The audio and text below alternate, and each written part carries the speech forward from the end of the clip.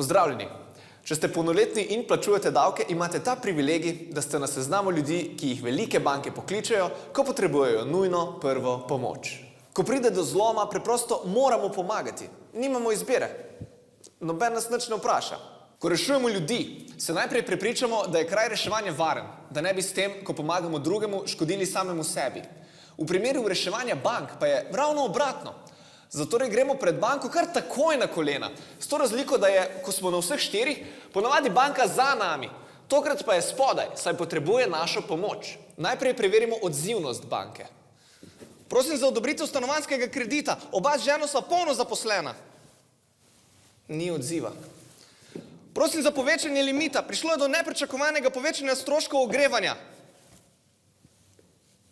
Če še vedno ni odziva, se sklonimo in preverimo, če je banka likvidna. Opazujemo tudi, če se vidi dvigovanje bilanc in spuščanje obrestnih mer. Ne kaže dobro. Zato v naslednjem koraku zakričimo na glas, če je v okolici kdo sposoben in bolj primeren za oživljanje. Na pomoč! Na pomoč! Ali je kje v bližini kakšna zavarovalnica ali kakšna druga banka, ki bi lahko pomagala? Seveda ni nikogar. Zato je dobro, da smo tu mi, davkoplačevalci. Pričnimo z oživljanjem.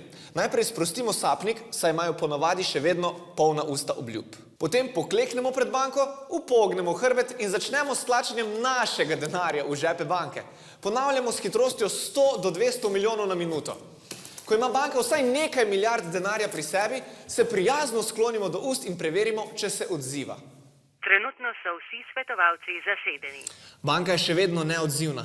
V tem času bi že morala priti kakšna pooblaščena oseba in prinesti finančno injekcijo.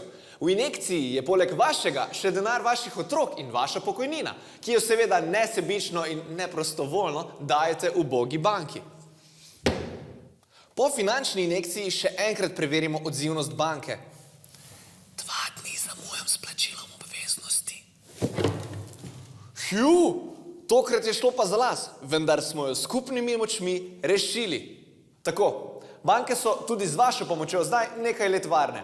Drug teden pa vas naučimo osnove prve pomoči igranja žrtve, od pošiljanja metkov po pošti do zarivanja pljunkov v hrbet. In še kaj. Se vidimo.